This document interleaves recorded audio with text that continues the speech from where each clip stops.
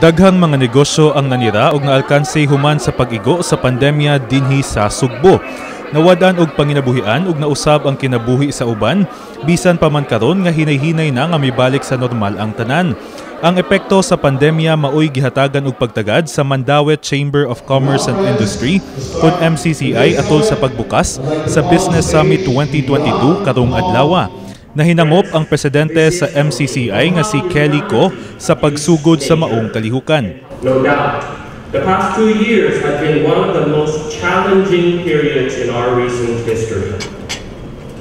I came across a video, as some of you may also have, entitled The Great Realization.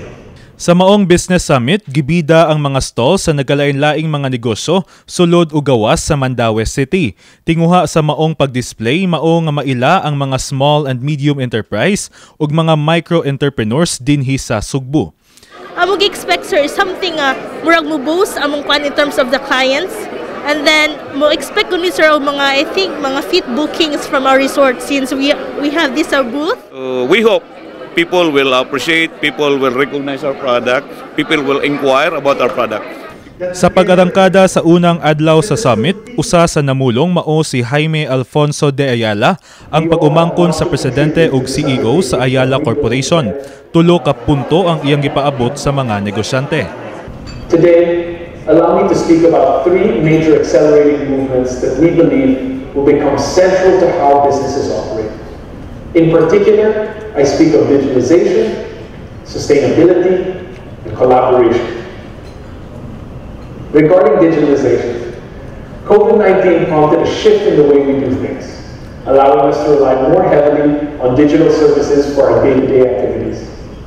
Aside from digitalization, we're also seeing an accelerating movement for environmental sustainability. Our persistent experiences in natural calamities have shown us the urgency with which we must respond to the ongoing climate crisis and our shared responsibility to protect and safeguard our planet and people. The last theme that I would like to talk about is collaboration. Over the past 2 years, we have seen the tremendous power that working towards a common goal can produce. Dako ang pasalamat sa mga negosyante nga nahatagan sila og higayon na maka-setup og stall sa maong Business Summit. Gumikan nga kini maghatag og higayunan kanila aron makabawi sa ilang dakong alkanse atol sa pandemya. For now, everything's in control already since nalesen naman ang mga protocols regarding with the COVID. So right now we are back on our feet. There's always pressure in sales, but we need to one step at a time. Alang sa MyTV Cebu, kini si Peter Saguirel, 𝐻𝐸 Intern.